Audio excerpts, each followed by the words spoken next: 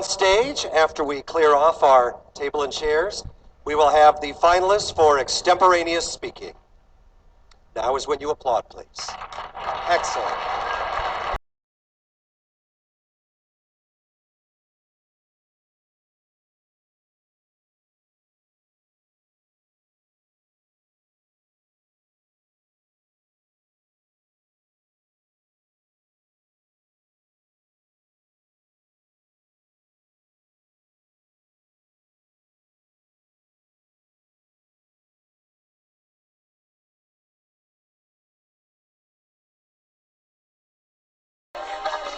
In sixth place, from the Illinois Math and Science Academy, Vinesh Kannan.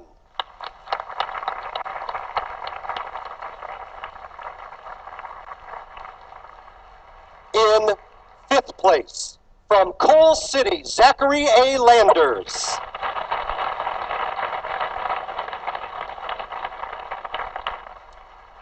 In fourth place, from Glenbard West, Connor McDonough.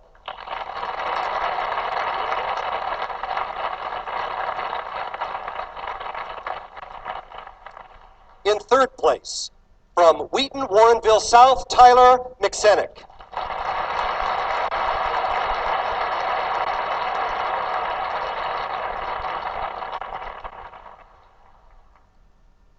In second place, from Downers Grove North, Alex Buckley.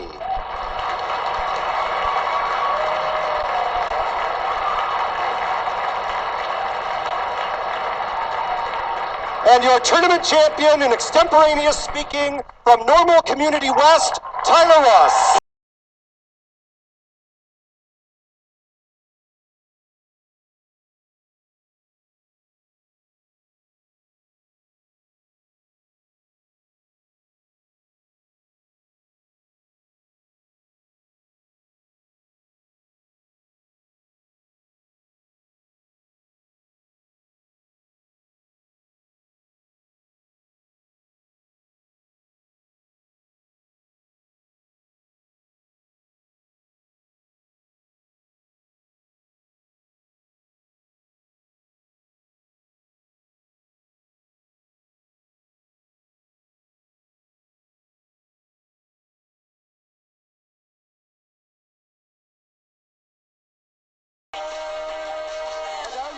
Champion in extemporaneous speaking, Tyler Ross.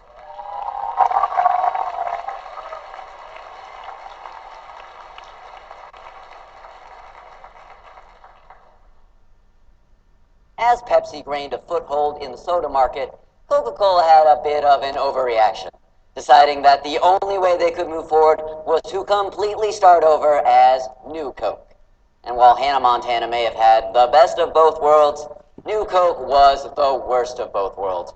With both poor taste and poor sales, Coke finally realized that perhaps the best thing to do was just go back to the basics and become the Coca-Cola that we still drink today. So perhaps this grand old soda was not in need of rebranding. But the grand old party, the Republican Party, is certainly in need of some restructuring. After they were handed a defeat by Barack Obama in the 2012 election, despite the fact that he seemed ripe for a loss, Bloomberg on February 8th of 2013 explained the key beneficiary that allowed President Obama to win was that of minority groups. And now Republicans are scrambling, wondering what they can do to get the minority vote. Now some are clamoring for a return to the right, but others are pleading for moderatism. But all Republicans are wondering today's question: what must the Republican Party do to expand their support among minorities? And today we'll see that they must rebrand themselves through social policies. And we can look through three key areas in which they can do this. First, by looking at comprehensive immigration reform. Second, by examining how they must re-examine marriage equality before finally moving and understanding that by re-examining gun control laws, they can reach out to multiple minority groups. In order to first understand how the Republican Party can rebrand itself through social policy, we need to look at immigration reform. Perhaps there was no more group key in President Obama's re-election in 2012 than that of the Latino vote. As the Washington Post reported on December 8th of 2012, Latinos made up 10% of the electorate in 2012, their highest number in history. And of that Latino electorate, 71% of the vote went for President Obama. Even if he had just garnered 61% of the vote, which still would have been a pretty nice victory for Obama, in the end, Mitt Romney would have won the election. So it is clear that Republicans must re-examine their support from Latinos. And as according to a February 15th, 2013 article published in the New York Times, we can see that the key idea that was keeping Latino voters from voting for Mitt Romney was the lack of a path to legal citizenship status for the nearly 11 million undocumented immigrants living in American borders. While Mitt Romney himself had advocated for simply building a wall and self-deportation, which sounds nice enough, but is actually just making life so hard that the immigrants just leave, which may be a good strategy for getting rid of a girlfriend that you're too afraid to break up with, but it's definitely not the best strategy for immigration reform. And luckily, Republicans are actually realizing this.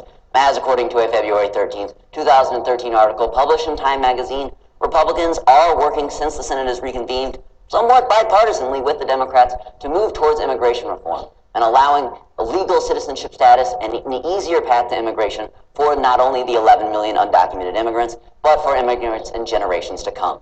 So by re-examining their stance on immigration reform, Republicans can reach out to the Latino minority and can be a party that can stand on elections for decades to come. Crossing the border from immigration reform, we also need to understand that Republicans must look at how they do marriage equality. According to Reuters, on December 12th of 2012, the gay vote has been one that has not been going to the Republicans. President Bush never got more than 23% of the gay vote, and Mitt Romney failed to get even 15% of that vote. And it's not like being gay means all of a sudden you just love taxes and hate free markets. Instead, it's just the fact that Republicans have this perception of being the party that is against marriage equality. And despite these disappointing numbers in the 2012 election, not much has changed since then. In fact, the New York Times on February 15th of 2013 reported that here in our own state of Illinois, where the Illinois Senate just passed a resolution to allow marriage equality, only one Republican state senator, my own representative Adam Kinzinger, voted to allow marriage equality in Illinois. It's clear that if the Republicans want to move forward and garner support from the gay community, they must review how they work with the gay community and how they view marriage equality. And the chance is out there, as according to the Wall Street Journal on February 8th of 2013, with court decisions coming up soon on both DOMA and Proposition 8 being sandwiched between resolutions between different sports communities and the Boy Scouts looking at how they view and deal with the gay citizens and their communities, it is clear that Republicans have a chance to respond and make a name for themselves amongst the gay community, and hopefully bring that percentage up from 15% to maybe a more respectable 30 or 40%. But while immigration reform and looking at marriage equality only truly impact around one minority group, if we're looking at making gun control laws stricter, it has a broader appeal amongst multiple minority groups. If we look to the Baltimore Sun, on January 14th of 2013, we see a poll that explains 52% of Americans support getting rid of assault weapons in America. But when we look specifically at minorities, that number jumps to 73%. And when we look at other things such as stronger background checks and limiting the clip size, minority voters are in the 80 percentile saying that this is a necessary reform. Meanwhile, Republicans are simply afraid that the NRA might pull their funding and therefore are very unwilling to debate on gun reform. But as Time magazine reported on February 13th, 2013, for the Republican Party to remain a staple in America over the upcoming decades, they must reform gun laws, as public opinion is finally starting to shift, especially amongst minorities, as they are more doubly affected than any majority group is by gun violence. So it is key that Republicans re-examine their stance on gun control. And if they can work together with Democrats to bring stricter gun control laws, perhaps they will garner much more support from minority groups. So today, as we examine how Republicans can rebrand themselves through immigration reform, as well as marriage equality and gun control, we saw that the answer to today's question, what must the Republican Party do to garner more support from minorities, was that they must rebrand themselves through social policies. So while Coca-Cola didn't necessarily need to rebrand themselves, and the Coca-Cola we drink today is still pretty tasty, the Republican Party is in desperate need of rebranding. But hopefully they can come up with a better name than New Republican Party.